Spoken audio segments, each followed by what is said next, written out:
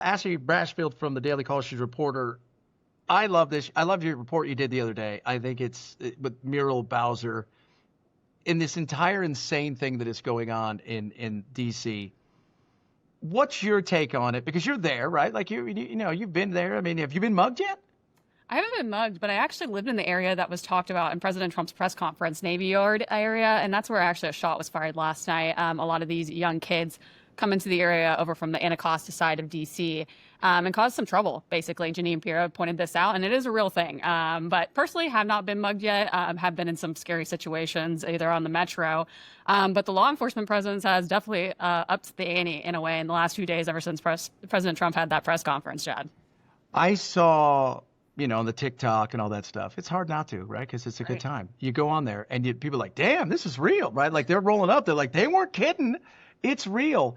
The statistics, what was the great line from, was credited to Mark Twain. There are three kinds of lies, damn lies, and statistics.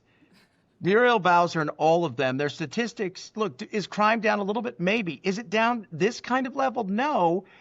And one of their commanders is suspended because the way they were writing up stuff doesn't report to the FBI and everywhere else for the crime statistics. It's insane. It is insane. This is the police commissioner that was put on leave in May of this year. So very recent. They're saying that the crime rate's gone down and everything. But you even heard Janine Pirro last year, you had the fourth highest homicide rate in the country. I think we have some room to improve on that, just my opinion. So it's really incredible. I don't understand how this is not a bipartisan issue. Why wouldn't you want to be safe walking around the city you live in? That should be something that's just unsaid for Americans and for the federal government to put people into place to make that happen. What do they want to ask Muriel Bowser? What do you think they want to ask her? I think multiple things. They want to see legislative options come to the table. Back when Biden was president, he vetoed a bill giving due process rights back to police officers in the nation's capital. And Biden, of course, vetoed that.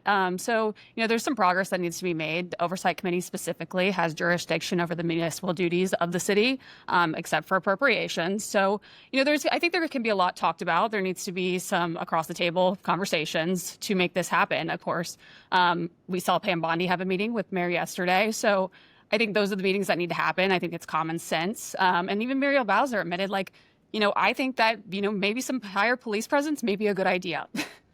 And I try to explain to my friends because I have a conservatarian outlook in life. I'm a little bit different than a lot of other talk show hosts that do this. But DC is a whole different world because it was never meant to be a place where people live. It was originally meant to be kind of like, look, no state has an advantage. This is kind of like, I always say it's a strip mall. You're supposed to come here, do your work, and go home. And then it became something else. So that gives Trump a different kind of, he's got options that he doesn't have elsewhere unless he really wants to militarize and move stuff in, which I'm not really a fan of. And I think a lot of even Republicans I don't want to see military on the streets just doing regular stuff. But this does give him an option, though, to go do stuff that really we can get a picture at what happens when you surge against crime. Right. Well, this Home Rights Act has 40 days. It allows the president to hold control. He already told the Oversight Committee, and a spokesman from that committee told me that the president already told them that he would like to do so for more than 48 hours.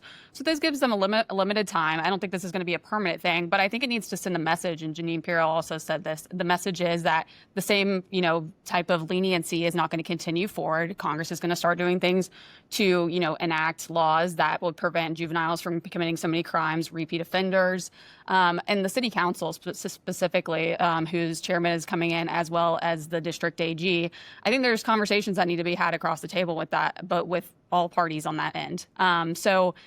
This is something that President Trump won on. I was on the campaign trail and covered this. I talked to voters, specifically a lot of Trump voters. And, the border, crime in the country, and the economy were really the three main issues that I heard just repeatedly across the country. Talking to Ashley Brasfield, who is with the Daily Call, she reported there.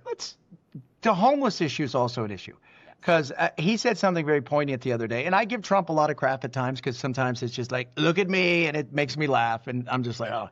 But he said, his dad taught him something. And if you go to a door of a restaurant and the door is dirty, what's the kitchen like? You turn around and leave. It's the same thing. When they built the Capitol, it was to say, we're not decadent. This is modest, but it's impressive, and this is the people's house. It should be clean. You don't want a litter box at your dinner table. And in certain areas, it's become that. Exactly. Well, I think as the nation's capital, it should set the standard for other cities. People are saying that Trump wants to go into these other Democratic cities and clean it up.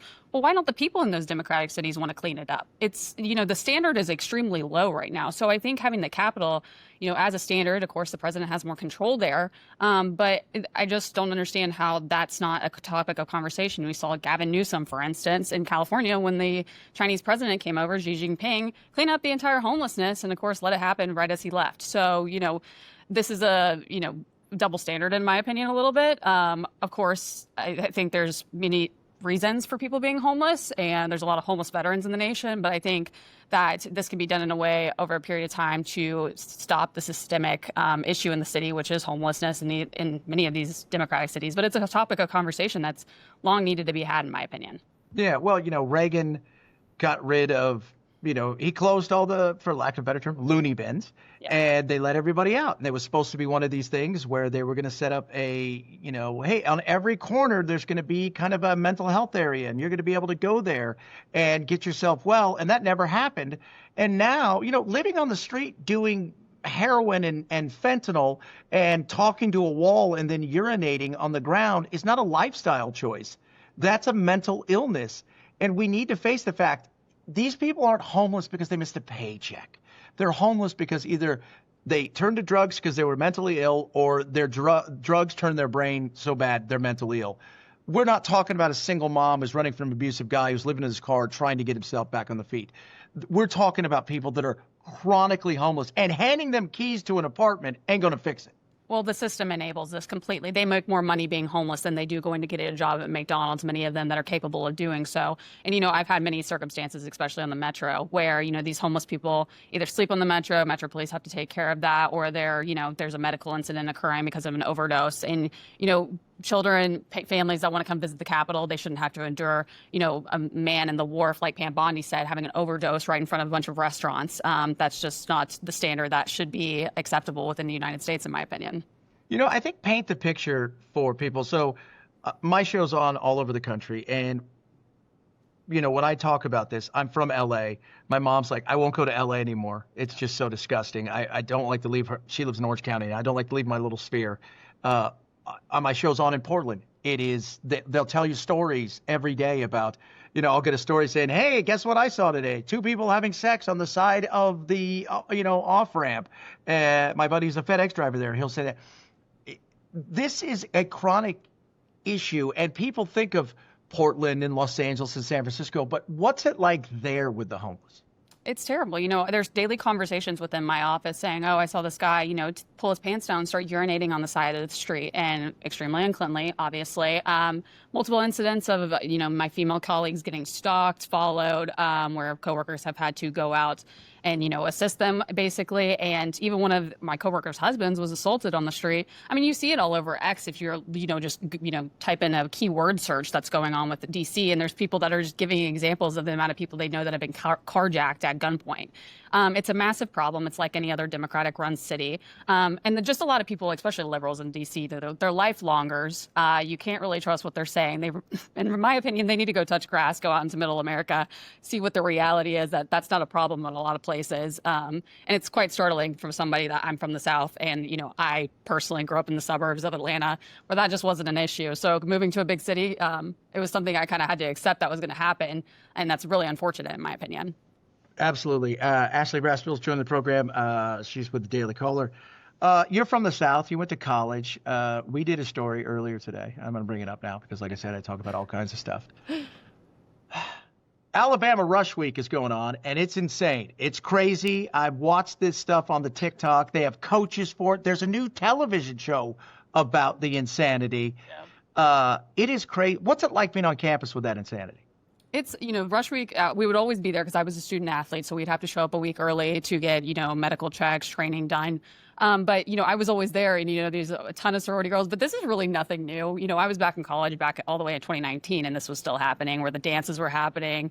It's a sight to see. Just put it out there. I went to the University of South Carolina, go Gamecocks.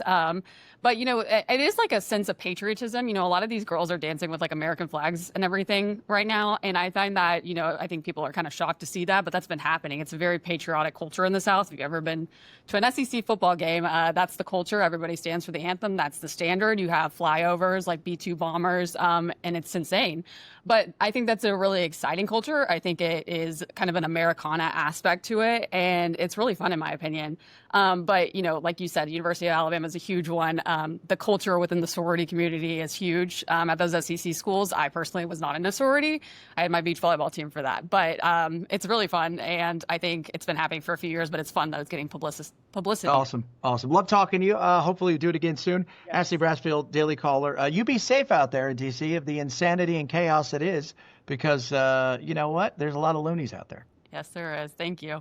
Thank you.